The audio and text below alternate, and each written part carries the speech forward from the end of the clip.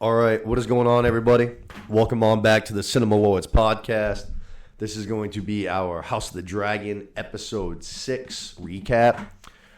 This is going to be a fun one. I'm looking forward to talking about this one because I actually liked this episode, and the reviews online have been kind of weird. But I'm back in here with my boy Luke today. Luke, what's going on? How we doing, bud? Doing well, brother. Happy to be back. I think we had a really good episode, like you said. A lot to go into. Had lots of dragon action. Had the Dragon Seed storyline finally picking up. Yep. Got like one of the best dreams out of Damon's trip fest there in Harrenhal. They kind of finally came to a bit of a conclusion. It feels like to me. And some cool stuff with Alice too. I'm really curious about her character. So got a lot of cool stuff to dive into. Long one. Yep. It's like hour 8 or something. Yeah, we only got 2 left after this. Before we dive into it, as always, thank you to Kirk and the Kirk Minahan Show for putting this show onto the network. Appreciate getting new eyeballs on the show. It's always appreciated. So thank you, Kirk. Episode 6, Small Folk. So like I said, before we even get into it, this episode they're saying it's being review bombed online, which I mean it obviously is, but it's like the 6th lowest rated episode between both Thrones and House of the Dragon. That's surprising to me. 6.3 or something like that. Huh. Which I see like things getting review bombed and I'm like, oh man, that's so annoying. But then I think back to me and when I left the Half-Blood Prince, and I remember that was like... You were making fake emails and stuff. Yeah, I was doing some questionable things. I was young, though. I was a young kid. I had a lot of problems. And they weren't with like characters like kissing each other that didn't have in the books. I had some real issues with things that weren't in the books that we were really cutting. Yeah. You needed some heads to roll. Somebody needed to pay. Yeah, for real. But, and I've been critical of the show. Not critical, but I didn't care for episode 2. I liked episode 3 even less. And then episode 5, I think I probably liked even less than both of those, I want to say. Yeah, I know we did at least 3 and 5 together. We might have done 2, 3, and 5 as well. But yeah. But yeah, I remember you had some tough had a tough job negotiating with you there, convincing you that it was anything worth watching. 2 was like okay still. Like it came off like a big thing, and I still thought it was a little bit of a letdown. 3, I remember being like bad, and 5 I did not like at all. This episode I liked though. I enjoyed this episode. I'm glad. So let's dive into it. We open up right away. We open up in a cool scene. First off, we get my boys. Don't get much Lannister pride in this show, but the Lannisters open up the show right away. I was like, yeah, let's go. It's my boys. Let's go. We're marching. And we see we're gonna rendezvous with some of the Lannister bannermen from the Golden Tooth. Cool name for a place. Yeah, they're doing a good job of mentioning places that we don't mention in Game of Thrones. There's a lot of places like in both shows that we just mention and don't see.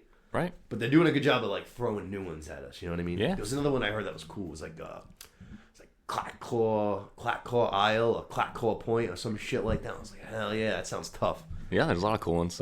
We get like a Celtigar in this episode with Rhaenyra's people too, and like a bunch of those cool old names that we've maybe heard mentioned, but yeah, never get a good look at. So they're supposed to be moving on to Harrenhal. They're supposed to be rendezvousing, moving on to Harrenhal, but fucking the guy that we've seen before in last season, Jason Lannister, he was trying to win over Rhaenyra's hand last season. Right. He's at the head of the armies, and he's like, yeah, we're going to wait to march on Harrenhal till Aemon and his Vhagar get here. But he's very, like, stern about it. He's like, send them a message. We're waiting. Yeah. When they get here, we'll move. Very cocky. Yeah, for real. And we jump right to Aemon at a small council meeting, and he's got the note. He's fucking ripping that shit up. Yeah, he's pissed. With haste, it said. You ballsy motherfucker, man. You're talking to the guy with the biggest dragon. Whether or not you're the leader of the armies, like, we can replace you. We ain't replacing Vhagar. You know what I mean? Right. Like, I'm not a dog to be called. That's what his for reaction real? was. Like, nope. No shit. You're going to do it, or you're going to have more to deal with than just Daemon and his dragon. I gotta be honest, too. Kind of careless as a brother. I mean, you gotta, like, that's... You know your brother's sitting in the council, like... It is careless. Shit, yeah, that's not my twin. Yeah. I don't claim him. It is a very reasonable request, though, because we just saw what happened with, like, 10 seconds of Meleys versus an army. And the thing is, though... Daemon could wipe them all out in a minute. That whole thing was baited, though. Yeah, you know they're asking for it if they march 10,000 guys with, like, straight at Daemon. True. But... That's true. And that's what his twin says. He's like... There is a large dragon in the Riverlands, my lord. Like that's all he can say. Because he's like, there's a pretty good reason, but I'm just gonna say that as meekly as I possibly can, and hopefully you don't kill me. Yeah, no shit. Yeah, he was taking no prisoners in this council. He was done, like, in that first one last week, he was still like, hey, where's our position? How many of this do we have? How many of that do we have? What should we do here? None of that. He threw out everything this week. Not even Cole, not his mom, nothing. He was just doing what he wanted to do this week. But I mean, I feel like he was kind of making some sense, especially with losing Mei Lees. Like, you have to think the Blacks are going to be a little hesitant to just dive back into Dragon Warfare after just losing one of their biggest ones. Yes. So making the move on Harrenhal right now, right after that, I think isn't the worst idea in the world. And we know that Daemon is trying to rally, so like the more time we give him, the longer he has to rally. So I actually think that Daemon's thinking is pretty sound. Sure. He demands Cole the same thing. He says, go to Harrenhal, and even Cole's like, I don't know if this is a good idea. And he's like, what's Vagar going to be up to? Yeah. He said, like, I'll join when the time is ripe or something. I get there in fucking 2 seconds. Yeah. You got to fucking ride for a few days. Right. Yeah. No, you're right. He doesn't need to explain himself to anybody. He's like, yes, I will be there. If not, then that sucks for you, but I need you there when I arrive. And so start walking. Well, it'd be weird for him to not be there. I mean, he obviously wants to win Harrenhal. He doesn't want his side to lose, so it's in his best interest to show up and win the battle with Vagar. For sure. It's just going to be like he's going to do it on his own accord to make himself look better because he wants to look like Daemon and the other Targaryens. He wants to be the hero in the fucking story. Yeah. But like I said, everything that he explains, I feel like, all right, yeah, I think it's actually pretty sound thinking. Like I said, like, yeah, they're definitely going to be hesitant to send out another dragon. You don't even know who it's going to be right now. If it would be possibly Daemon and Caraxes or like who? Like, do you think Rhaenyra's going to get out there herself? Yeah, I mean, that's the only other decent-sized dragon they got. Right. You know? Cole saw Baela and Moondancer, but he's just a little guy. Right. Or she's just a little guy. Yeah, that's a threat, but nothing like a full-on dragon. Right. We also get mentioned of the Triarchy, which we talked about in Season 1, and we also talked about in Game of Thrones as well. Right. Yeah. The guys across the Narrow Sea. He wants to basically make a little pact with them so that they can try to take out the blockade surrounding King's Landing, all the Lord Corlys' ships there. Yeah. Everybody at the council says, terrible idea. He pushes right through. That one I don't think was such sound thinking. That one I'm like, all right, that seems dumb. Right. They'll ask him, like, do you want to really invite these pirates into Savages. Our cove here? Yeah, like, for real. Is that really what we want to do? And they suggest maybe doing the other navy, which is the Greyjoys. Oh, yeah. And they refer to the guy who's in charge of them as the Red Kraken. And he's like... Not much mention of the Iron Islands so far. Yeah, that's a very slight one there. And as usual, they say that the Greyjoys are just waiting for their time to pounce. They're being patient. Typical. So, obviously just waiting for some of the big people to fall and a little turmoil when he can maybe slide in and take it for himself or something, you know? Yeah. Is the juice worth the squeeze with that? You know, it's a dangerous move. It's a dangerous move. Right. And then they suggest even maybe offering Alicent's hand in marriage to this guy too. That's right. Yeah. Bold strategy. Just like hell. Bold strategy. Yeah. And then after the meeting kind of wraps up, we have an interesting little moment. Aemon says, "Hey, Alicent, hold up a second," and kind of just ask her pretty plainly, like, "What is your purpose here?" And she's like, "Well, I was here, to represent your father because he was sick." And he's like, "Word, you did a great job. Dad's gone now. Like, what do you do now?" Right. She really didn't have much of an answer, and he was just like, "All right, like, you're good. Like, yeah, he's go clearly chase Christian Cole." He's just forcing her out, even though she was given some good advice during that meeting. He talked right over her once, and another time she started talking, he like just started asking someone else a different question. Yeah, and like she's been there for so long, she's obviously completely ignored her. Yeah, there are ties already to that table to her after however many years of dealing with each other. Right. Which is tough for her now, because what is she supposed to do? She's so deeply like embroiled in this thing. She was there on the day that they like crowned Aegon and stuff. Like now she's just some like mutinous handmaiden. Pick up sewing. Yeah, I guess. Yeah, go be domestic, like he says, or whatever. Get your Be a woman of the court, domestic pursuits. Get drunk in the fucking middle of the day. Yeah. Beg members of the King's God. Do what Cersei would. Permanent vacation. Yeah. Let's see. From there we go to... So as always, I'm going to do what I usually do, and I like combine a couple of scenes that didn't necessarily happen one after the other, but all fall into the same thing, you know what I'm saying? Yep. So I got the Black Council and Sir Steffan Darkwind's attempt. So we open up, we got Corlys, he's going to be rocking his new Hand of the Queen badge, so he's fully on board. Yep. And then we bring in the entire Black Council, and then we bring in a member of Rhaenyra's Queen Guard, Sir Steffan Darkland. And apparently he's got some Targaryen blood back through his ancestry, and Rhaenyra's like, yo, you might possibly be a dragon rider. Like, you want to give it a shot? And he's like, fuck yeah. She's like, just so you know, you could die. And he's like, double fuck yeah. Yep. He goes all in. One note, though, is that his family was at Duskendale. Okay. And that's one of the castles that got burned on Aemon's way to Rook's Rest. So his dad just got burned, just got killed. Oh yeah. We saw that because he was all pissed off when he came back because he went with Rhaenyra to King's Landing. Yeah.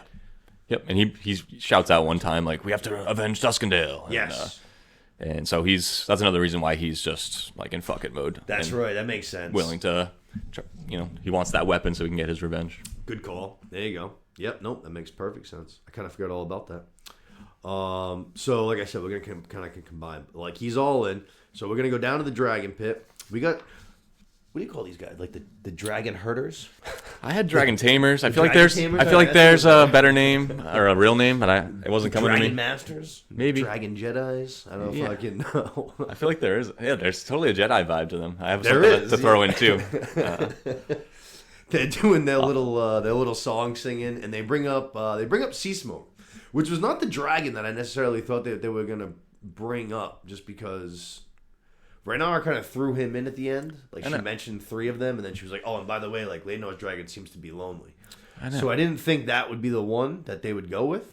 But it's weird. It seems like either she's like got her emotions involved, where she wants to see it, see like the dragon that she liked find a new rider, or there's evidence that he can't be tamed. Right. So that's probably the best reason. You're right. There is that. But yeah, I think the only way that it would ever work is if Laenor's dead. So I feel like now Laenor must be dead. So yeah, we'll actually get into that. None of the rules have ever really been explained. There's just been some evidence to look at. I saw, like George R.R. Martin said, like basically that same thing. He's like, a dragon rider's bind, like at least in book lore, is bound to their rider until death. So basically, like if they keep that into the show, then that means Laenor died off screen. And I'm like, okay, well, we've changed lore like 1 billion times. Like in the very first episode, we introduced the Song of Ice and Fire into this show as a main plot point that wasn't in the books. So I think not small, but slightly small changes like that are pretty free to be made. This is Game of Thrones. I've said it like 15 times at this point. I can't believe we're still talking about it. If they had Laenor on screen roll off into the sunset, it's not to kill him off screen and just be like, okay, that would never happen. It would be stupid. Would never happen. So, do you think they're changing the rules then, or establishing the rules as being flexible? Yeah, absolutely. Yeah, absolutely. I think like they said, like he's just lonely. Like I think he misses. I think he feels fucking like a scorned lover, dude. Like they have a bond, and his rider just straight up left in the middle of the night. Right. Fleed. No note, no hug, no kiss, no nothing. Right. Just, I'm out of here. Just left them. You know what I mean? Yeah, that's pretty fucked up. Sea Smoke's there like, what did I do? You know what I mean? He's thinking, what did I do wrong? I know. It's the dog waiting for his master to come home. Exactly. It's sad. Yeah, it's right. Sad. It's exactly that. He's just looking for a new guy to call home. You know what I mean? A new family. Yep. And they were saying like all those like cries he was doing, like were like cries of pain. He was like singing, trying to find Laenor and stuff. That's not because Laenor's dead. It's because he's fucking lonely. He's hurting. He knows what love is, and he doesn't have it anymore. Yeah, I feel that. Poor dude. For real. Laenor's gonna come back, and I'd imagine it's gonna be. I imagine he's gonna be like he always wanted to be like he was a soldier. Like he always talked about it. It's what he was always doing was a dueler and all that shit. I think he's just gonna come back, be like a soldier, and fight alongside his daddy. Go hop on a boat, fight alongside Corlys. I'm with you. Maybe that'd be cool. Brother to Alan there.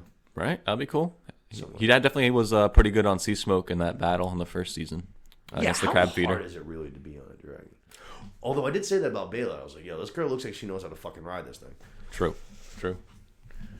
So who knows? But anyway, yeah. So we Sea Smoke comes out of the pit, and I'm not gonna lie.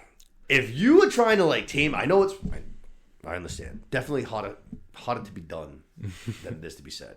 But like, if you're gonna try to claim a dragon, like you gotta be like, I'm gonna go claim this dialed dragon. in. Right. You gotta like, I'm gonna go claim this dragon. And he's sitting there like, I don't know, man. I know. If I'm this dragon, I'd be like, yo, I don't want this bitch. I know. I don't want this coward. Right, and he probably wasn't using a good accent in his like couple of Valyrian commands or anything, and he was like shaking in his boots.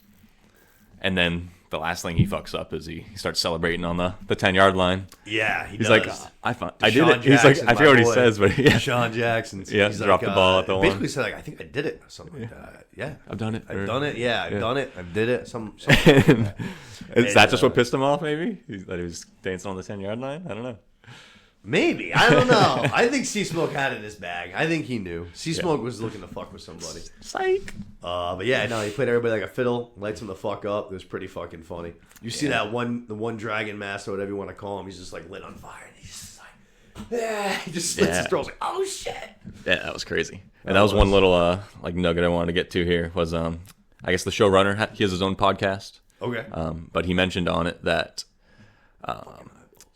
part of like the ceremony for becoming a dragon tamer or whatever is you get this dragon glass dagger, and it's you like make it kind of like a Jedi makes a shit their lightsaber. That's how he like refers to it. Hell yeah. And so that's the dragon glass dagger that he cut at his own neck with. And he does mention that there's a special purpose for it. I hope it's not to off yourself in case of dragon fire, but maybe that's the purpose. I don't know. I do like that. That's very interesting. Right, but that would probably be one of the only things that could hurt a dragon too. I don't know. Maybe. I don't know. What is it made of? Dragon glass. So the same obsidian stuff that Sam found. Right. And that Sam killed a White Walker with. Huh. Yeah, so that's going to be able to hurt a dragon.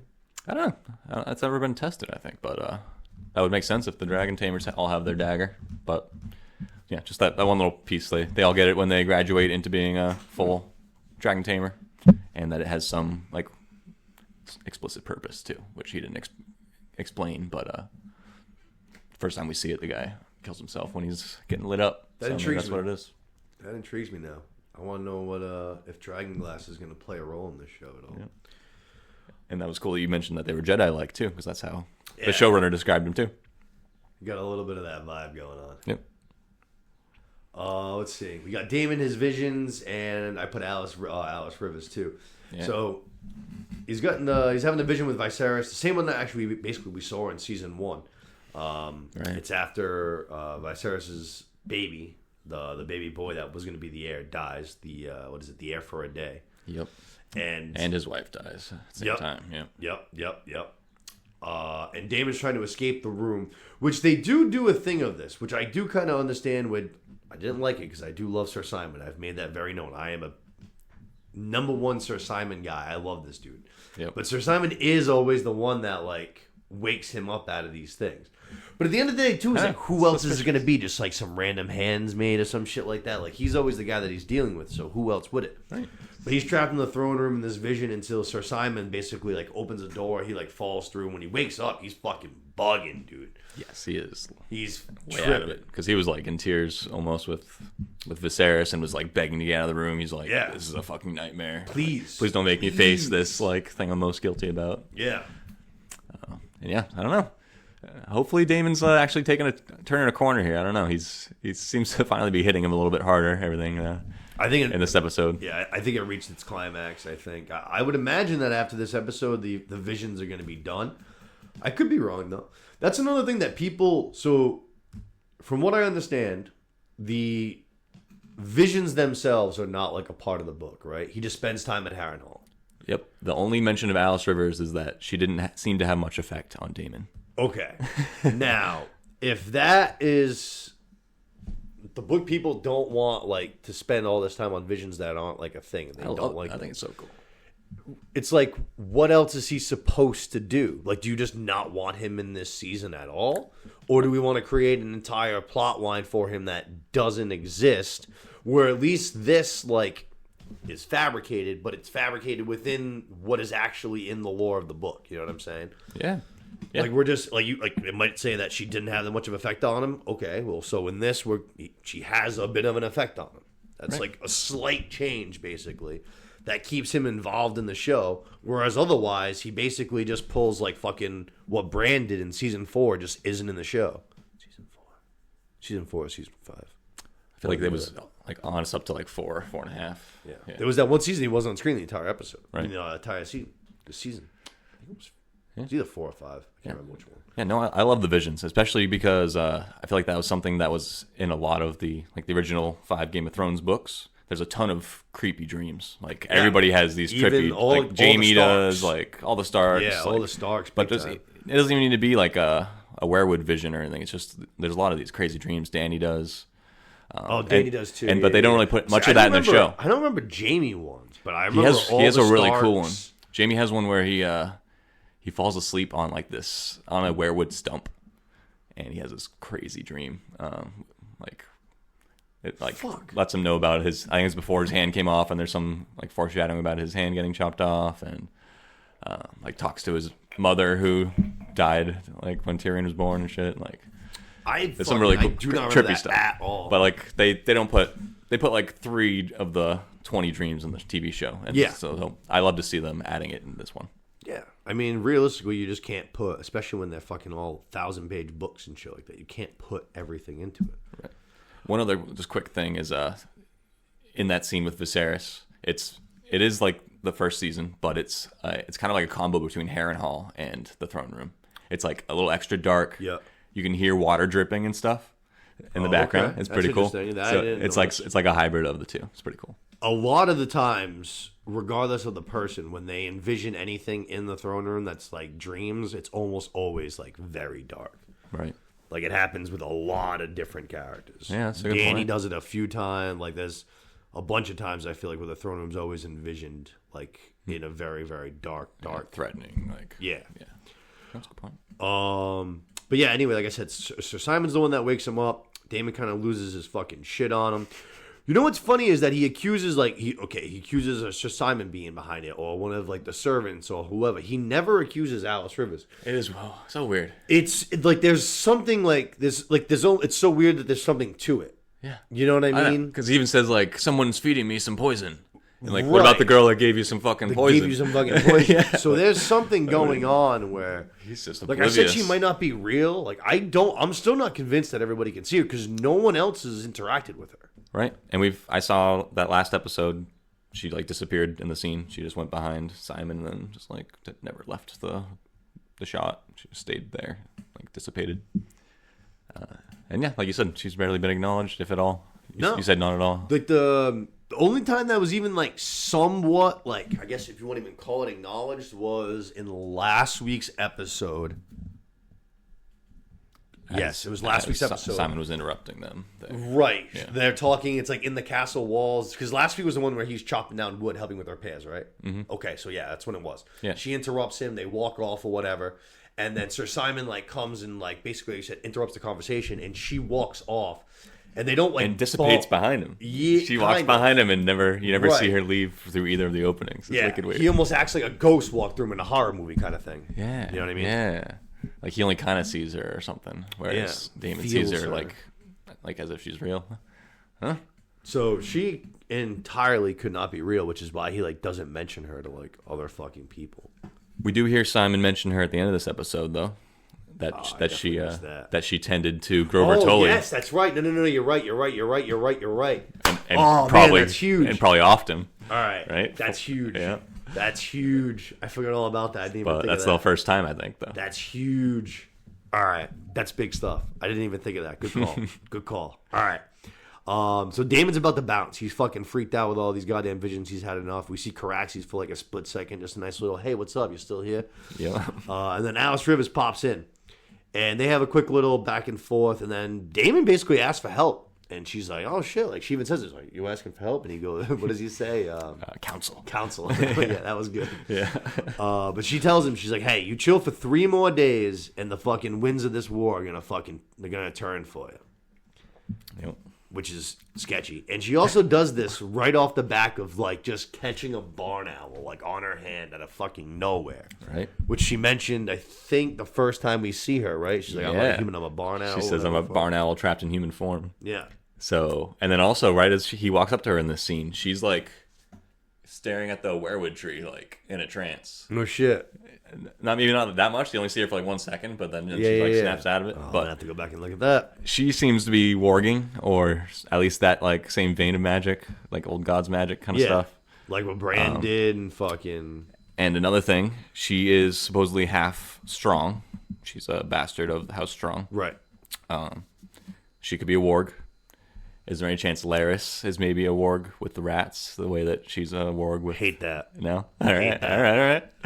Hate that. All right, we'll see. And I actually like... It would explain a lot. I like the clubfoot. It would explain a lot. I don't like that. I like the clubfoot being like the fucking... Like, I like him being like just a rat. resourceful. Yeah. I like to think of him like in the walls, just peeking through with his little fucking cane, his dumb foot and shit. Touch himself. Yeah, exactly. Watching people clean their shoes. Again, losing his mind. But yeah, no, that was good. I've always been interested in all the magic and shit like that. This Alice Rivers bitch has absolutely piqued my interest. And for all the people that are calling for these Daemon visions to come to an end, I don't see how she then plays a role in this if Daemon's not having his visions anymore. Which to me kind of sucks. Like, I don't want Daemon to just sit here and do visions all. Like, I don't want that. I want him to be fucking Daemon Targaryen and killing shit and flying around on Tyraxes. I do want that. Yep. But like I said, I do like this bitch, and I'm very She's intrigued by her, and I don't know how she stays in the show without him being at Harrenhal. Yeah. So maybe they do both. Like, maybe he goes like and raises his army and then goes back to Harrenhal and he still trips, and then he like goes and fights a battle and then goes back to Harrenhal and trips. Right. Maybe they do both. I don't know. Yeah. All I'll say is that I think she will stay around for a while. Good. But I won't get into it. Good. Especially, it seems like they're adding, like, from whatever they say about her in the books, it seems like already. Yes. So, everything so far is added, pretty much. There's nothing about Daemon in her at Harrenhal. Okay. And we're already playing a little bit loose with lore and shit like that and changing things. I would like for her to be, some kind of, I don't know. Yeah, she's really Warg cool. would be good. She's like my most... Warg would be good. I'm most interested in her, for sure. There's so many more wargs in the books than there, like... Warging is a much more common thing. Not that it's common, but there's a lot more of them in the book than there were in the show. Definitely. Like in the show, there's really like the guy north of a wall. Yep. And then Bran. Yep. That's it, I think. I mean, Arya, but only kind of. Yeah, she like only in her dreams. But in the book, she full on wargs into cats and stuff. Yeah. I'll say in the books, like the and dreams, Rob, they all do. Rob most likely does. But they don't really say it for sure. But people say that he like fights through Grey Wind during battles and stuff, like at the Battle of Whispering Wood, that he turned into his wolf and shit. But again, that's just what people talk about. They also say that he rode on its back, and I'm like, yeah, he did. Yeah. Yeah, he did. I saw a fucking tweet said, I think it was today, and it was just Jon Snow and Robb Stark, and it was like, choose one till you be a king. And I was like, I know everything I need to know about a person based on how they answer this question. I love Robb Stark. Yeah. I was like, I know if I'm going to have an instant pull to you or if I'm going to have an instant, like, I don't know, fuck. I do. I think we mentioned this another time, but I do love book Jon Snow a lot. He's so much better. He could be my king. He's so for much sure. better. But yeah, understandable Kit for Harington's Show just a John. claw. He's just so dumb, and they just make him so dumb. Yeah, it's not all his fault. No, it's not. After like they run out of source material, I'm telling you, I think he fucked one of the writer's wives. Either Weiss and Debioff or whatever the fuck it is. Honestly, I wouldn't be surprised if he fucked both of their wives, to be totally honest. What did I say? Debioff. Fucking douchebag. I wouldn't have been surprised if he fucked both their girls. They made him just look so dumb. But yeah, anyway, I don't fucking know how we keep Daemon, his visions, and his entire storyline moving forward because it's tough to do both. We go from there real quick. We just see that Corlys is going to basically force Alan to be his new first mate. Alan's not all about it at all. He's like basically says like he doesn't want to do it. Is this an order or is this like a request? And Corlys like, nah, dude, like you're doing it. No choice. I know. That was a chance to maybe be like more fatherly than like that's captain-y to him. And it's a good missed point. It again. I didn't think of that. Yeah. He definitely could have been a little bit warmer. That's obviously Alan's problem. He's feeling not feeling the love from his dad there. And, no, for sure, no. He doesn't really want to be that helpful to him if he's never gonna acknowledge him. And then you got Adam, as always, looking on from a distance, just like, what's going on over there? You're not appreciating things that have been given to us? I know. He's I mean, he's got a point, but you can't be too against Alan for just trying to stay out of it. You got to kind of respect it, actually, that he's not like glory seeking and trying to use whatever he can, like a lot of people do in this this universe. Yeah, for real.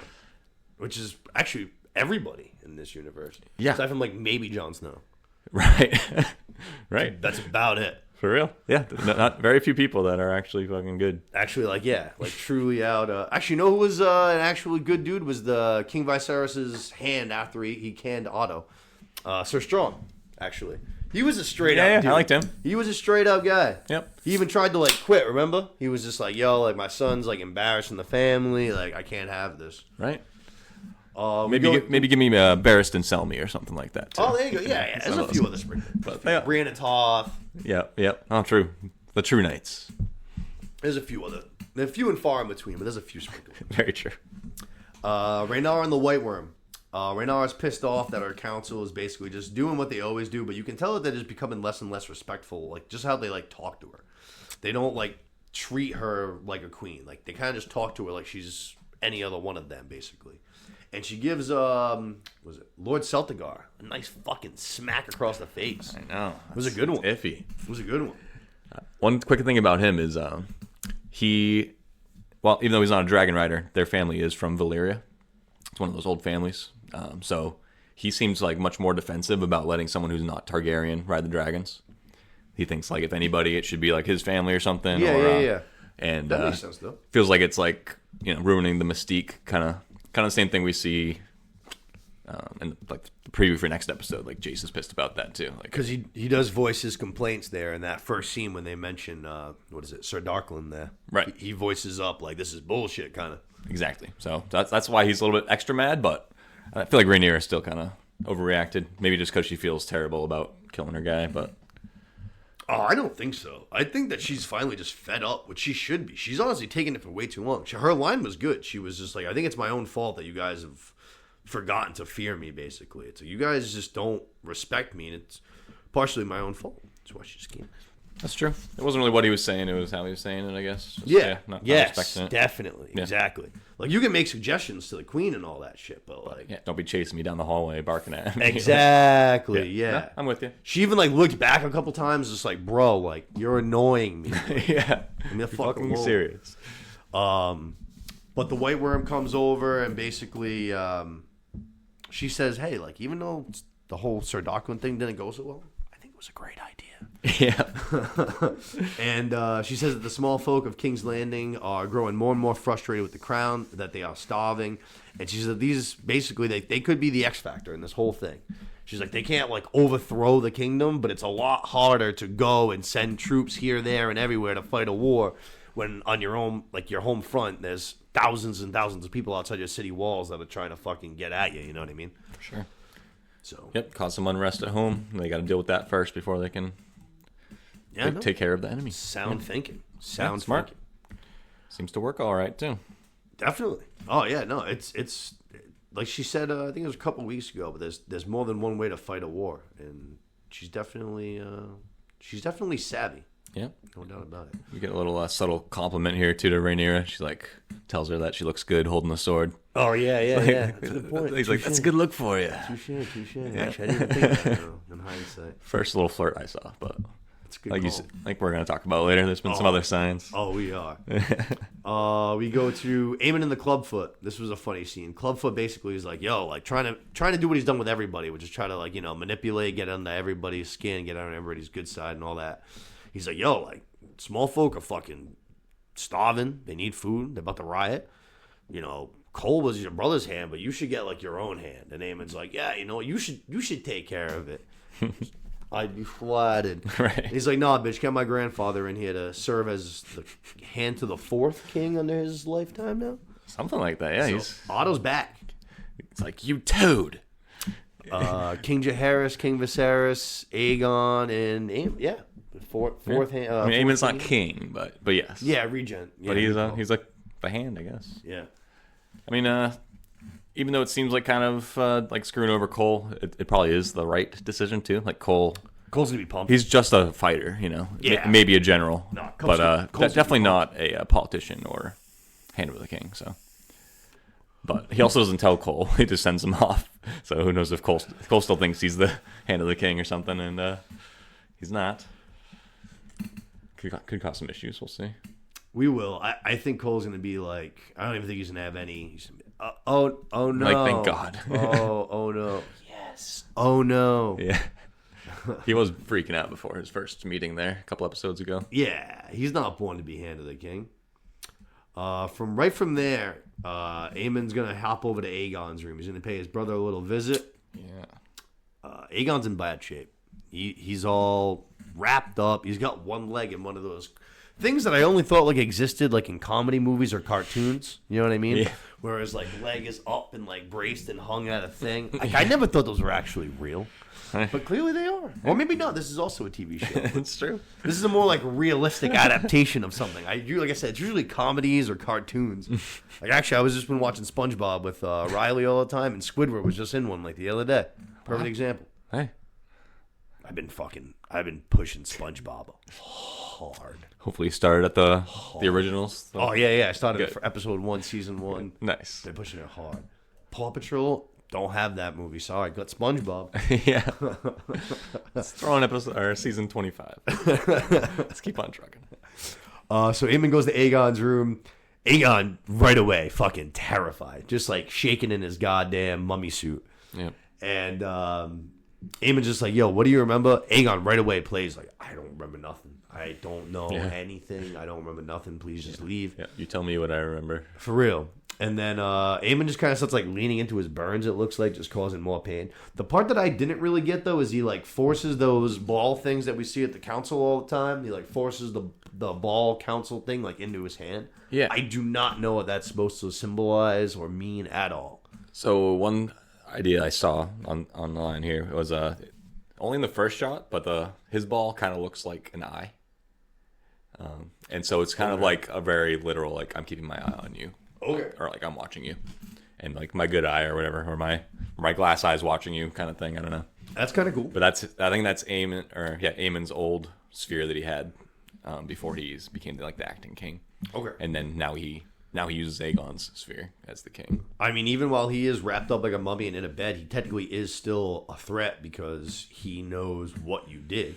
Right. It doesn't matter if people believe him or, whatever have you.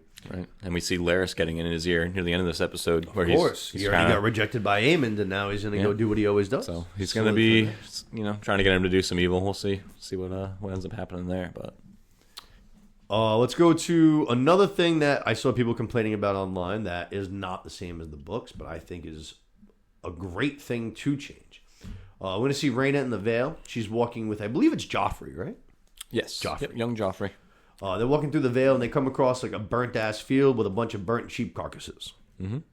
We go to the Lady of the Eyrie, and Rhaena's like, yo, like, you lied. Like, you said you guys needed a dragon to protect this place. Like, you guys got a dragon roaming this place. It's a big dragon.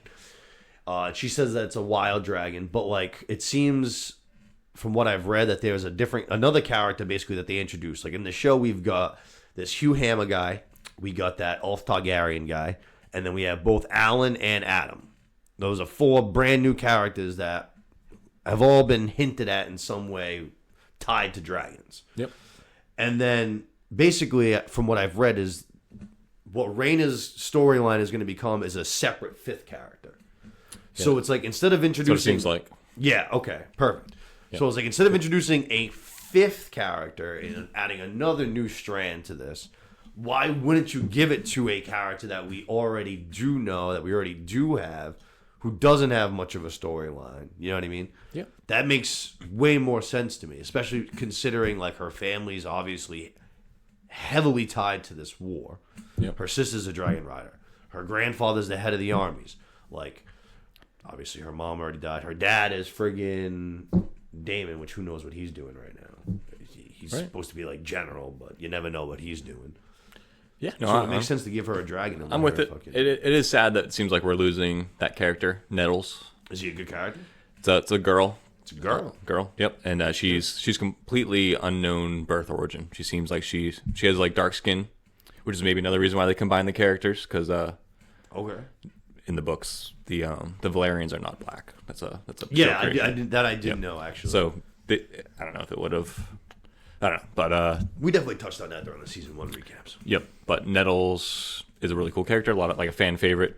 No shit. And unknown birth origin. So that could kind of throw another wrench into everything too. It said that she just brought like a sheep to this dragon every day for a super long time until they became friends. Kathy Bates and no, not Kathy Bates. Fucking. They were in Misery. Man. No. Lake Placid. Betty White. Yeah. Betty White bringing the cows to the alligator in fucking Lake Placid. Yep, exactly. That's funny. But that's a good way to win a dragon. I'm with you because Rhaena does kind of disappear into the background of the book, and so yeah, I would love it if she took on some of Nettle's stuff, and hopefully she does. And if we didn't have all those new characters, like I said, then like absolutely you should introduce a new character. But it seems like we've already got enough new characters, and we saw all of them this week, even if they were really brief. Like Hugh Hammer and Ulf were both really brief. Yeah, so many scenes though. Like last week it was like 18 or 20 or something. It's at least that many this week. Yeah, I felt like last week was a lot of bouncing around. Yeah. This week there was a couple things where I was able to kind of just either skip or, I don't know. Or combine them, where it's like continued shortly after. Exactly. Yeah. But this dragon, I'm guessing from what you've told me just based on names, we know there's a dragon called Sheep Stealer. Right. And we saw a burnt field with a bunch of burnt sheep carcasses. And it's a wild dragon, the Lady of the Year said. I'm going to go out on a limb and assume this is supposed to be Sheep Stealer. I would assume so too. Like I said, it's not how it goes in the books, but it's got to be. Lock it in, I'd say. Yeah, it seems that way. But one of the reasons for the lash back or whatever from the community is because George R.R. Martin has said that dragons would never leave Dragonstone I did see and that. Driftmark and stuff. Yeah, they wouldn't be the Vale. It's impossible they would do that. They would not. And so it's just very against something he was very strict about. But I'm sure he's always involved with all this stuff, so he had a chance to tell him hell no. I don't know if he said hell no and they did it anyway or what, but here's the thing, I'm guessing bro. He was okay with it. If you want people to stick directly to your works, that's cool. You should finish your fucking works. Yeah. Food for thought. I'll write an actual book about it. Shut the fuck up and write, Yeah. you fat fuck. God damn it, I hate this guy. All he wants to do is talk. Be nice to him. Stop He doesn't do talking well and with write. criticism. You need to be nice to him. God damn it, man. Stop talking. Right. Right. Not on your blog. For real. Winds of Winter is going to be coming, friggin' update coming soon. Like, bro, you are so written into a corner. You have no fucking idea what to do. All right, so we're going to see. I combined these two scenes together because I thought they were both really cool. I liked them a lot. So with the help of the White Worm, Rhaenyra sends in basically like a whole fleet, an army of these little boats, all to the shores of King's Landing, filled with food to feed all the small folk. All got the fucking Targaryen black and red Queen sigil flying on it. So Yep. they know who sent it, which I thought was cool. We see Hugh Hammer, who we've already seen in previous episodes. His family's starving. They need food. He's wandering through the streets. He sees people fucking flying all over the place. Punches one guy out, steals his shit. He's like, all right, this is great. And right from there, we flash to Alicent and Helena, who have decided to go and light a candle at the Sept like they commonly do, apparently. Yep. And while they're inside, like it seems like members of the King's Guard are like, yo, like we got to bounce like right now. It's getting mad out here. The small folk turned that quickly. Like they got one, like that's all it took was one meal. They became rabbit. They became rabbits. It was bad, yeah. And like really fast. There was a scene a couple episodes ago too where Hugh was talking to his wife, and they're like, "We would never do evil things." Like, and she's like, "If things got bad enough, I think we might." And he's like, "No, we wouldn't." And then he goes out there and just fucking decks a guy. And to be fair, he only decked the guy. Yeah, no. But this just is Game of Thrones. No There's some real hesitation bad though. things to From do. Yeah. a week later, He's a big man, dude. yeah, he is a He is unit. Yeah, he is. He's a unit. He's built like a fucking Viking. Right. But this was a cool scene. I thought this was like they kind of built up that funeral scene during what was it, the baby Jaehaerys's funeral, like to be something kind of like this with the wheel and the rut and kind of thing, and it turned out to be nothing. This scene I thought was like, okay, this was awesome. This kind of goes to the show, like to the shit that I was talking about too. Like this episode, big time, is like this wasn't an action-packed episode. It wasn't like there was battles all going on. I loved this episode. Like the whole time, I was like, There's some constantly payoffs for some of the boring stuff, or like the letdowns earlier, like no riot at Jaehaerys's thing, but right. then we get it here, and yeah, Every like thing like I said already, like storylines just like developed. Yeah. Like, Aemon took a huge step forward. He's bossing people around. Allison's the fuck out of there. Otto's coming back. Cole's getting sent to Harrenhal. Yeah. Fucking, even like Daemon's storyline elevated a little bit because we're gonna find out that like the Tully guy died, so the Riverland shit's coming together. Yeah. Fucking, there's just the Dragon Seed storyline escalated drastically. Like this episode just moved. It moved forward.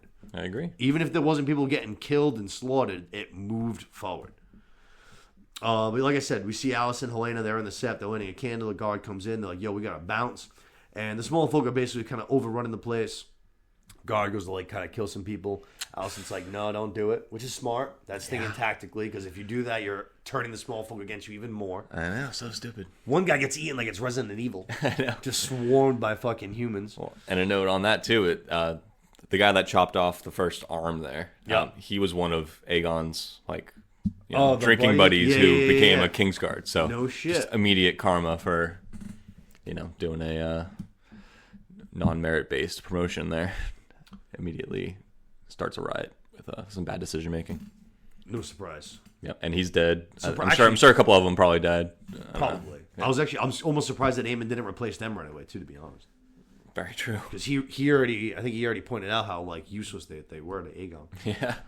So I'm surprised that he hasn't already removed them. One interesting thing I did see that I liked, just because Allison usually is so like cold to her kids, was that like she literally was like, Helena was up against the wall just fucking like this, and Allison was just like, no.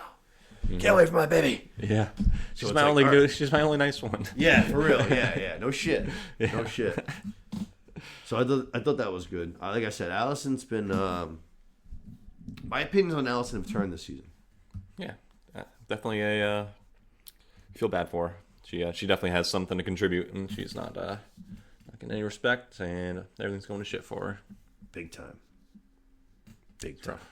Darren's the one glimmer of hope. Yeah, but the thing is like now, what does she do? Like Darren's off in Old Town. He's not coming to King's Landing. She's not leaving King's Landing. I can't imagine. So I think Darren's supposed to be in this season. That's what the showrunner had said. It's possible. They did mention. Actually, that's where we're going to right now. Allison and Gwen. We go outside of the. That was a good one. Yeah, we go to the courtyard. Allison and Gwen, they basically just have a conversation. She asks about Darren, which is her youngest son, who we haven't seen on screen yet. But we do find out that he's 16 years old. He seems to be, like the rest of them, pretty good with a sword. Guy says he's good looking, clever. He says he's kind, though. Yeah. Which Allison's like, yo, none of my other kids aside from Helena are kind, so that's cool. I got some like Rhaegar Targaryen vibes from him. They said he's as good with his loot as he is with his sword. Yeah. And like Rhaegar, who was Dany's like oldest brother. Yep. And all that. Yep. Jon Snow's daddy. Yep, Jon Snow's daddy. He was just like the most beloved Targaryen of all time. He was, like man of the people and like man of the arts and stuff, until the one day where he supposedly found out the prophecy of Ice and Fire, and he says, "It seems I must learn to fight," or something like that. And then from that point on, he's the most badass warrior out of everybody after like refusing to fight. And yeah, he's best of both. Sounds like Darren's got the same vibes going. Singer and a fighter. Get a man that can do both. Why not? You know what I mean? There we go. No goodbye to Cole this time. Cole's on his horse. He's fucking just give a little nod. Yeah. But yeah, I guess the question you just kind of mentioned, like, are we gonna? I think we're definitely gonna see him in this show. Obviously, I think more the question is, are we gonna see him this season before the next two episodes end? Yeah. He does have a really cool dragon too. Oh, does he? Yeah. In the preview, I want to say, for this week's episode, after episode 6, I think the preview for this week coming up on Sunday, I think it says like Darren's dragon is taking the wing, basically saying that he's flying with the Lannister army. I think it says. Cool. Okay. So like he's gonna. So yeah, you know what? Now that I think about it, he probably will be seen. All right. In the next 2 weeks. His dragon is super cool. I'm not gonna tell you anything about him, but you're gonna love him. Okay. Super cool dragon. Okay. I think that with 2 episodes left, I think we need some banging. I think like some shit's gotta happen. Yes, I think so too. I will say I said it last week too, that they seem to have been slowing this thing down so much. From the book, like right? They've gone through like 100 words per episode these last couple episodes. So it's looking more like 5 plus seasons, honestly, if they keep this up. So they could really linger it out, but I do think there's so much to get to. They don't need to do that. They could just hit us with bangers and bangers and bangers. But, Right. But I don't know. I'll take as much TV show as I can get out of this universe. For sure. It is also budget-wise going to be tough for them to kind of just like roll out like a season of like 8 episodes with like 5 of them being like big battle episodes. You know what I mean? Very true. Just financially, it's never going to work. Right. Yeah. If you're trying to make a investment analysis, you gotta spend your money a little differently. Yeah. So like that's why obviously the Rook's Rest episode was a big episode. But aside from that, it's been, pretty low key, I would imagine. It's just been like dragging fucking CGI shit. Yep. So I'd imagine in the last 2 episodes we're gonna see more explosions. Carnage. Yeah. But that was pretty much it for Allison and Gwen. We go to a scene that we kind of mentioned, Aegon and the Clubfoot. Clubfoot realizes that Aemon ain't gonna give him, the elevation in his status that he's looking for. Right. So he goes back to Aegon, who is step number 2 after Allison, and he's like, "Yo, you're in some deep shit," which I think Aegon already fucking knew, but he just kind of drove it home a little bit worse. He told him what his life was going to be like, which was kind of depressing because he's also crippled now. You're right. Tries to bond with him about being like a broken thing, in Tyrion's words. It was bad. Yeah, it was really bad. He was like, "You're going to basically have a miserable life for forever. Like I'm telling you from experience, it's really bad." Yep. But people But are I can gonna teach you some expect it to stuff. be- yeah, exactly. People are going to expect it to suck, so you can turn it around on them. Yeah. But Aegon asked the Clubfoot for help, so now we have that alliance still going. And how does that go forward with Aegon in bed? Does he tell the Clubfoot what really happened?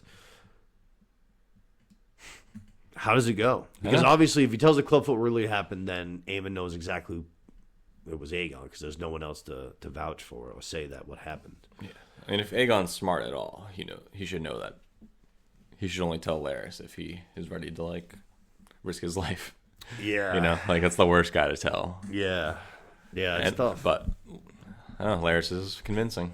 Gets a lot of people to do stupid stuff. He does. I just don't know how the hell he's going to help. Like, I don't know what he can do to quote unquote help Aegon. Yeah, I don't think he's trying to help him. I think he's trying to use him. He's trying to help himself, of course. Yeah. Right. But to give some, you got to get some. You know what I mean? Right.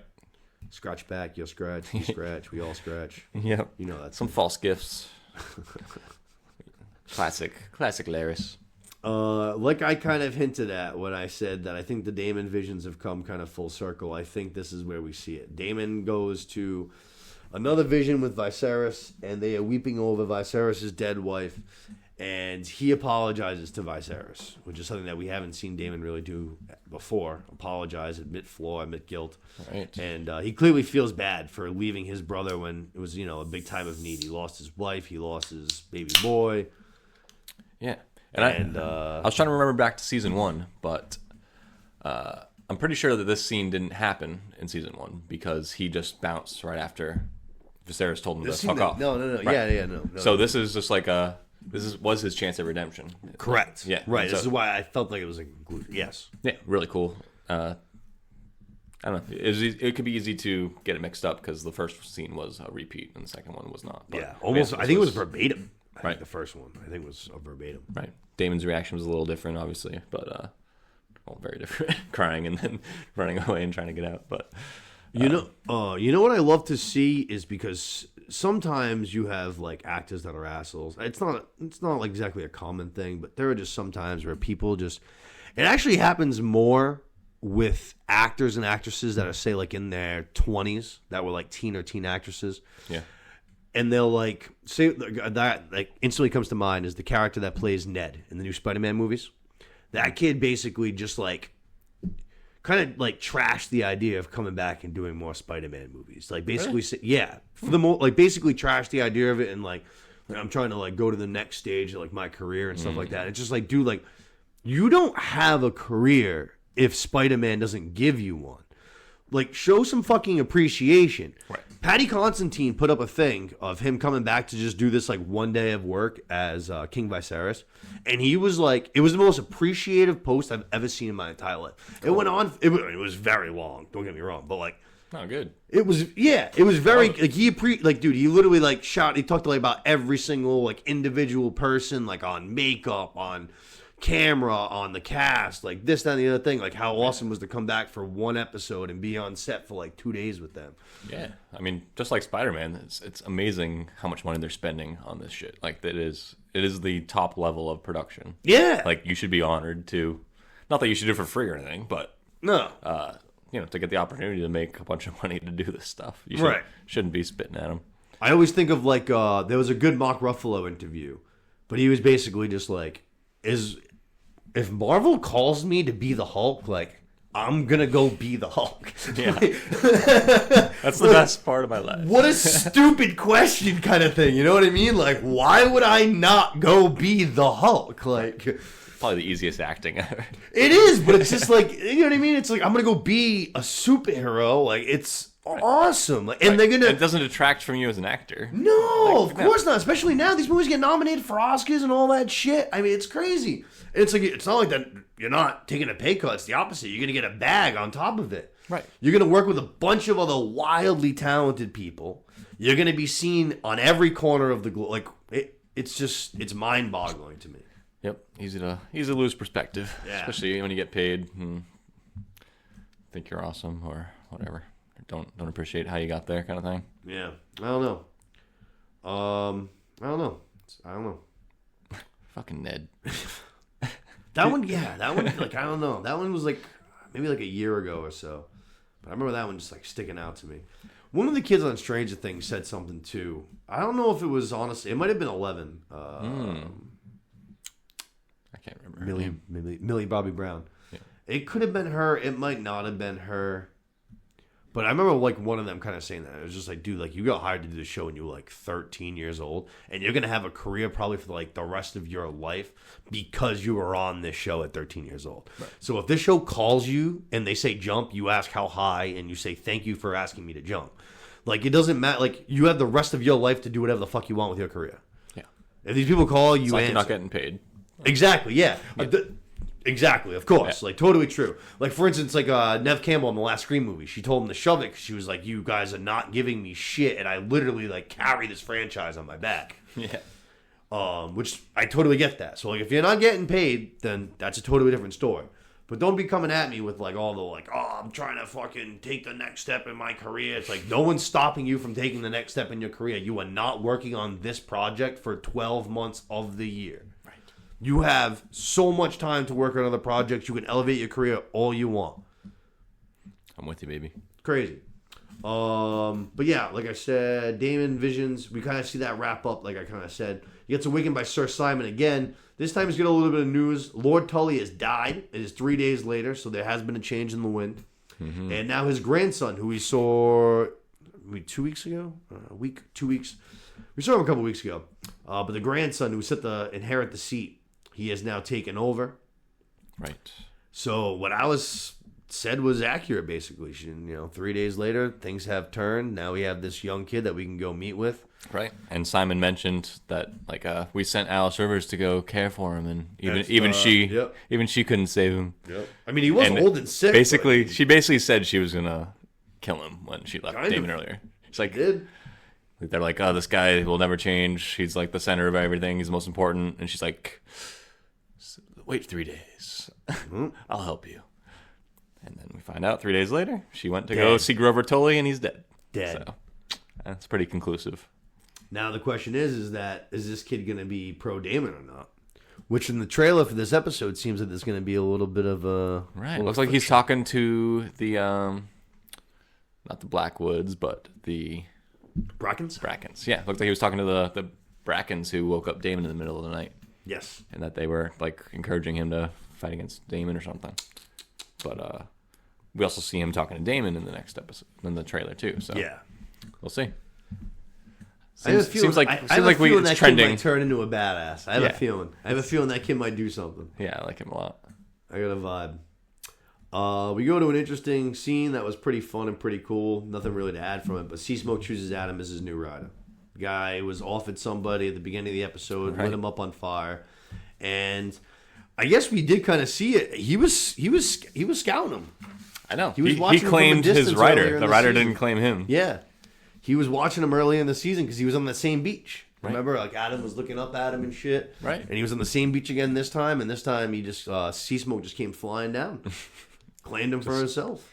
Pursuit drill. Got Ed Reed coming for you. Yeah, no shit. Yeah, not good. So we finally got a new dragon rider, which it seemed like it was either going to be this kid or Alan. It was going to be one or the other one. So. Yeah. So you weren't worried that that Seasmoke was gonna eat him or something? You're like, oh no, he's. Oh no. Because he did have him up against the wall or whatever, but yeah, no. you're like, no, he's picking Alan or Adam. Because like that's kind of just like a why thing. Like, why on earth would this dragon just out of nowhere just be like, all right, I'm gonna go eat this dude, Right? And then what? We're gonna like Just find this- out like info a week later on, like, you know what I mean? It's just crazy. Right. No, that's fair. But yeah, no. As soon as like I said, as soon as I saw that, I was like right away because it was almost the same shot. I was like, all right, he was already doing this. We already saw the same shot of Adam looking up at him from the beach, and it was very similar. And now he's swooping down. And I was just like, oh man, like this guy has already been eyeballed. Like he already knew. He was like, I don't care about this dude. Like I already found my guy. Yep. So he came and got what is his. And then we go to the last scene, which is being the most controversial, basically, online, which is why people have been downvoting it. But I can't believe that. That's pretty. Yeah, crazy. It's like a very small thing. Crazy. Might not even be anything. Who knows? And, I mean, I love to take a victory lap. I love to say that I was right. Another perfect example. Oh, yeah. You mentioned this was a while right. back. Yep.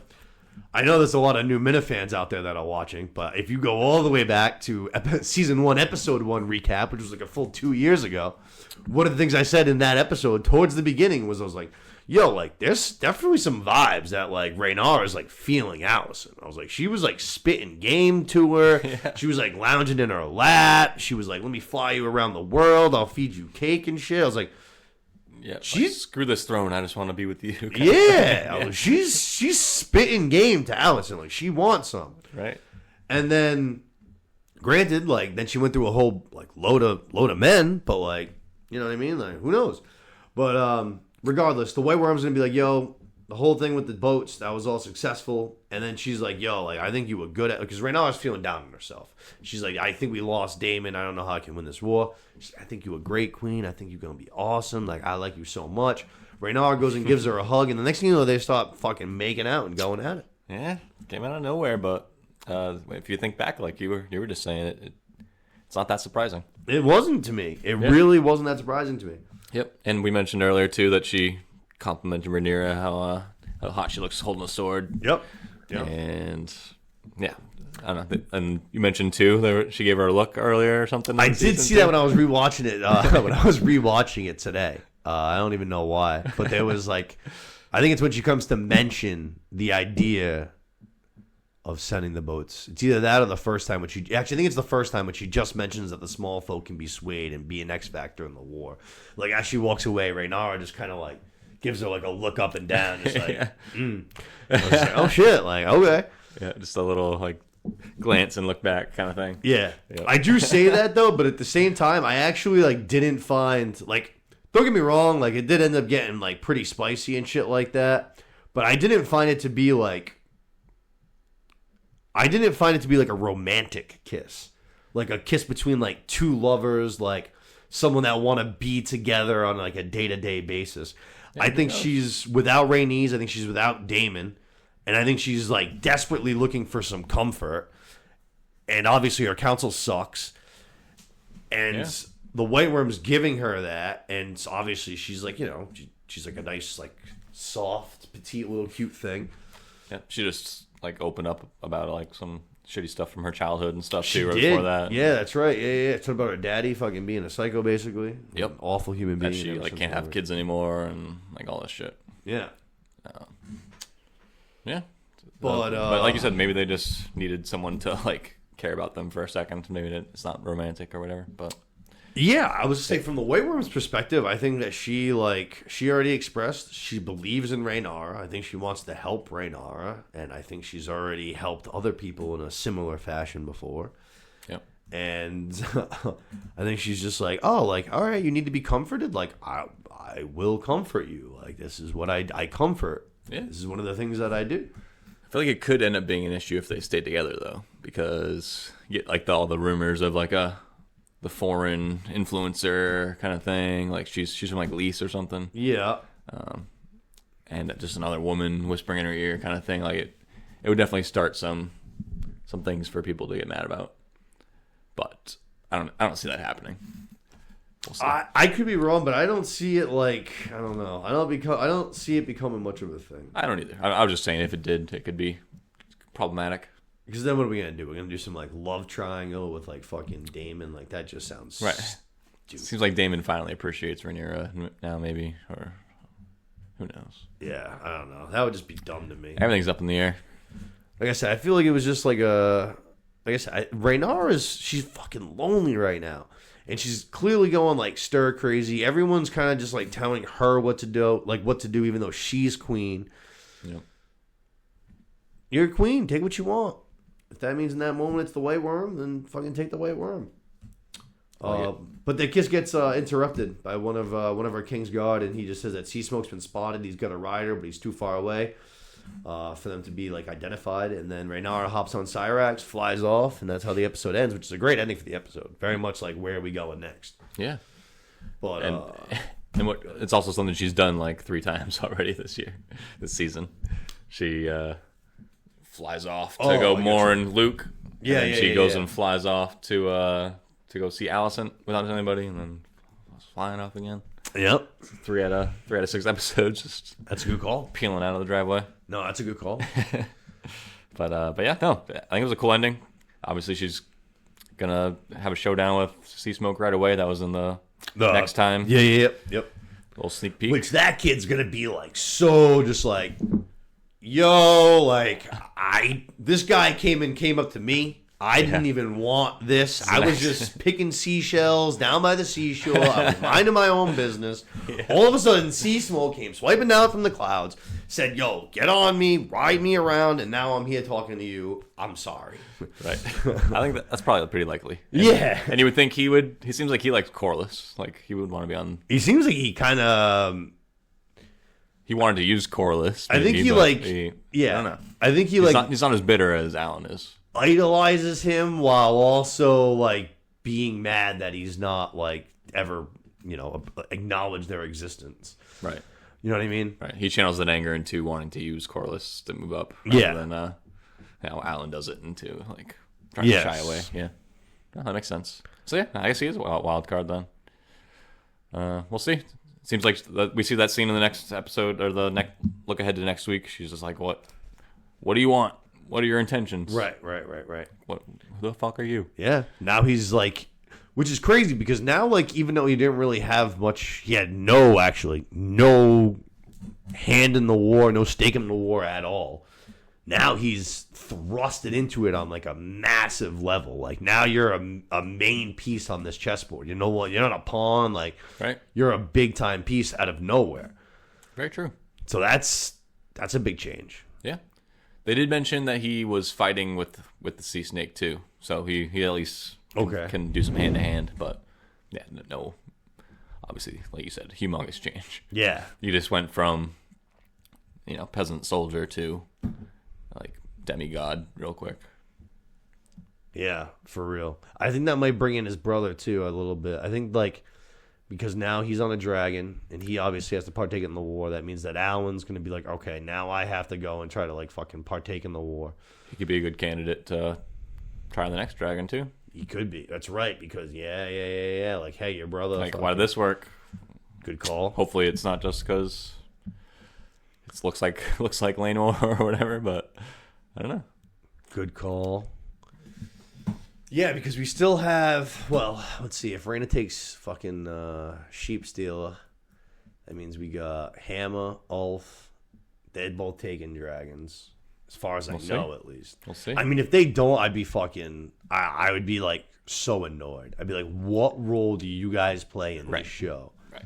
If you're not going to be dragons? I mean, Ulf already claimed to be a half-brother of Daemon and Viserys. Yeah. So...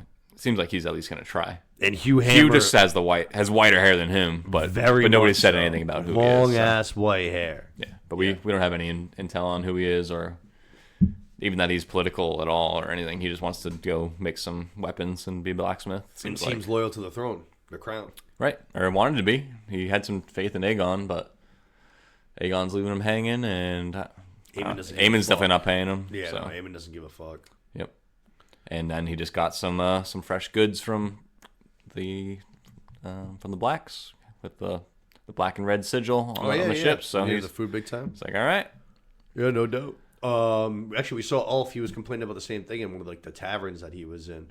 Like he was just bitching and complaining about needing food too. Right. So he wasn't the only one of these possible dragon riders that was helped by Rhaenyra's food trucks. So we actually didn't mention that scene earlier, but that was the plant that Mysaria had. Those two girls that were talking. The one that she sleeps with Aemon, doesn't she? So yeah, one was Sylvie, the girl that sleeps with Aemon, and then the other one was Diana, who is waitress, the one that the waitress, and the one that Aegon impregnated, or right. She had raped and had to take the moon tea, and they dismissed her from the castle. And yeah, so that's the whole connection. That's who Mysaria's girl with like the red cloak. The last episode went to go meet was Diana. I gotcha. Right. Yep. And then Diana and Sylvie, which I don't know how they would know each other, but I know Mysaria kind of was in the the sexual underground game too. Right. So maybe that's where her connects. I don't know. Aemon's girl, now that I think about it, in that scene with Ulf, she even says like Viserys's rightful heir was like de-seated, like basically suggesting that she supports Rhaenyra. Yes. Right. So and so they seem to be egging him on. They seem to know he was a target to spread stuff. Or was he also part of it? I don't know. Yeah, it's weird. That is. They either, I don't know, it worked perfectly. They just had like, 2-minute conversation, and he made it a big deal. And he's a blabbermouth. He is a blabbermouth. He met a guy and then said, "I'm the for real. I'm the half brother of the king. Shouldn't be saying this. It could get me killed. Yep. But hey, what's up?" And I love the mutiny king. I just feel like with 2 episodes left, they've been showing these guys a little bit every single week. I mean, not every single week, but for the most part, every single week. Like, we've seen Ulf for the last, 3 or 4 episodes, I feel like. And Hugh Hammer, I feel like we've seen, 4 or 5 episodes. I feel like if you're going to keep popping them in, you got to do something with them in these last 2 episodes. Yep. You don't necessarily have to put them on dragons, but you have to at least put them, at the foot of dragons. You know what I mean? They have to be involved with the crown in some way on either side, either the Blacks Council or the Green Council. They have to be elevating in status past just being on the street begging for food. Yep. I think both of their stories are going to definitely progress in these next 2, yeah. Yeah, that would be good. We need that. Obviously, Adams is going to, we already know that for a fact. Yep. It would appear that probably Rhaenyra's is going to grow a little bit. Yep. Now we haven't seen my girl Baela, though, in 2 weeks. It's true. Sad. Girl, quickly become one of my favorite characters. Yeah, and now all of a sudden they just put her on the bench. Crazy. She was hot. She was rolling. Very sad. But I liked this episode. I enjoyed it. Like I said, people gave me shit because I was bashing episode 3, and they were like, "Oh, if you don't like this, you don't like Thrones." I was like, I fucking love Thrones. I was like, I don't need to see people get their heads sliced off or anything like that. I was just like, I just need the show to go somewhere. We're supposed to get in, and then we're supposed to drive somewhere, and then we get out, and we're at a different place than where we started at. You don't want to just learn about the characters. You want them to do stuff at the same time. Right. About them, yeah. Exactly. I said, and I thought this episode did that. I thought everybody progressed at least a bit in some sense. Even Lord Corlys seemed like all right, I am gonna be hand of the queen. You know what I mean? Rhaenyra's all right, these motherfuckers aren't scared of me. I'm going to fucking start to become more of a bad bitch. I'm going to slap this guy around. I'm going to take this girl as my little sex slave because I can, because I'm queen. Aemon's doing whatever he wants. The Clubfoot storyline is accelerating. He took a shot, he missed. Now he's going back to another shot. Right. Everyone's moving forward. Darren's probably going to be coming to the storylines. Allison got thrown off the council. Otto Hightower's coming back. Right. Like I said, I think Damon's vision quest has come to an end. I think that's gotten wrapped up. Yeah, his mushroom bender or whatever. Exactly. His werewood paste bender. Right. The dragon ride is obviously, the dragon seeds came a huge step in this episode. We got a full dragon rider in Adam. We took a huge step with Rhaena. Like, we burned another guy alive, which is something that I already said. I was like, I don't even need to see. I said that. I was like, I don't need to see someone even ride a dragon. I was like, I don't mind seeing some guy try and fail to ride a dragon, and the dragon just lights his ass on fire. I enjoyed it. That was cool. Yeah. I just need to go somewhere, and this episode I felt like did that. I enjoyed it a lot. It was definitely, 4 I thought was definitely the best episode of the season. Yeah. And then I really, really, really liked 1. I thought 1 was really, really, really good. And then this I would put behind that, but not like crazy far behind that. Cool. And then a drop between the next 3. I like it. I think that's probably a similar order for me. Obviously, Rook's Rest is the top.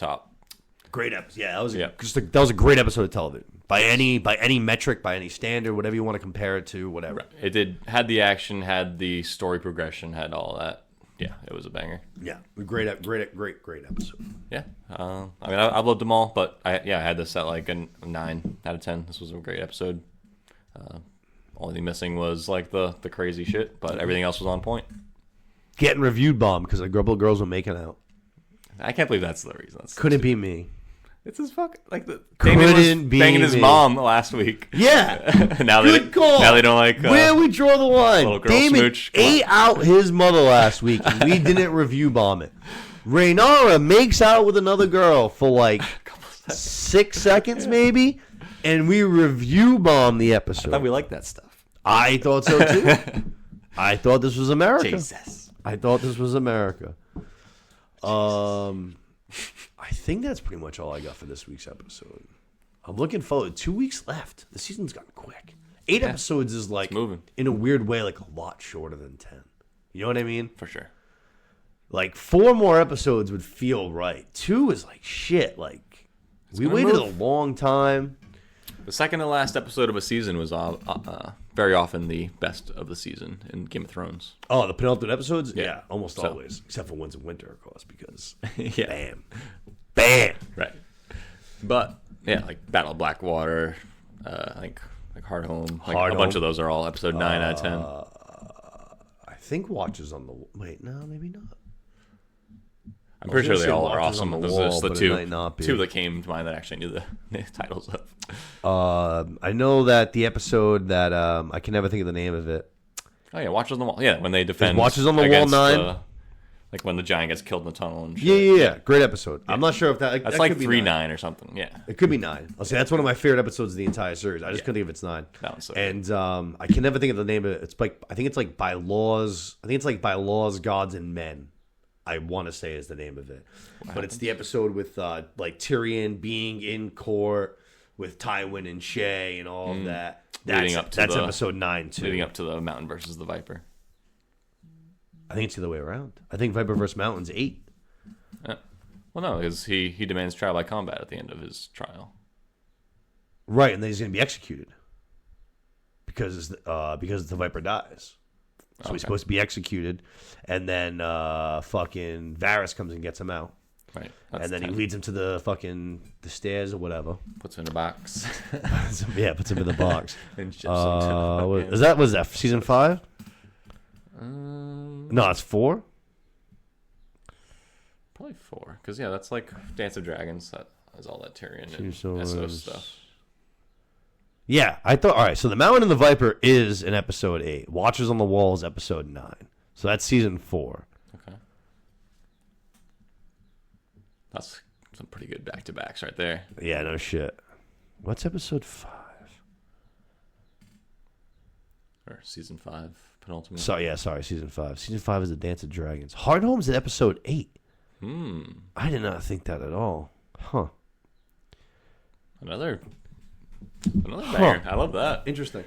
Well, Yeah, we like this episode too. This was the pre-penultimate. Loved it. The 8 of this season. Loved it. And both, so 8s have been good too, obviously. Hard Home and Mountain and the Viper. 2 of my more favorite episodes. Yeah. Watches on the Wall. Those are actually like my top pretty much episodes, aside from like Winds of Winter. Yeah, all bangers, baby. One other quick note: on the intro tapestry, they did add Rook's Rest now. I did see that. Yeah. But it was also a red dragon versus a gold dragon, which is Meleys versus Sunfire, which is not what happened really. And then I you got see a you. little green dragon in the distance, which is Vagar. Because Yeah. they had Vagar as a big green dragon in the Luke scene. So the tapestries And know so the it's truth. it's relaying. No, the tapestry is relaying the The story. the shitty story. Yeah, That's what I'm saying. Yeah. relaying the story that Cole brought back. I And, gotcha. yeah. So can't trust the tapestry. I got you. Can't trust it. Yeah, that's like the point, the message behind it. Yep. I got you. That was a good episode. Yep, loved it. Can't wait for next week. Yeah. It's coming up quickly. For sure. Is that it? That's all I got. All right, cool.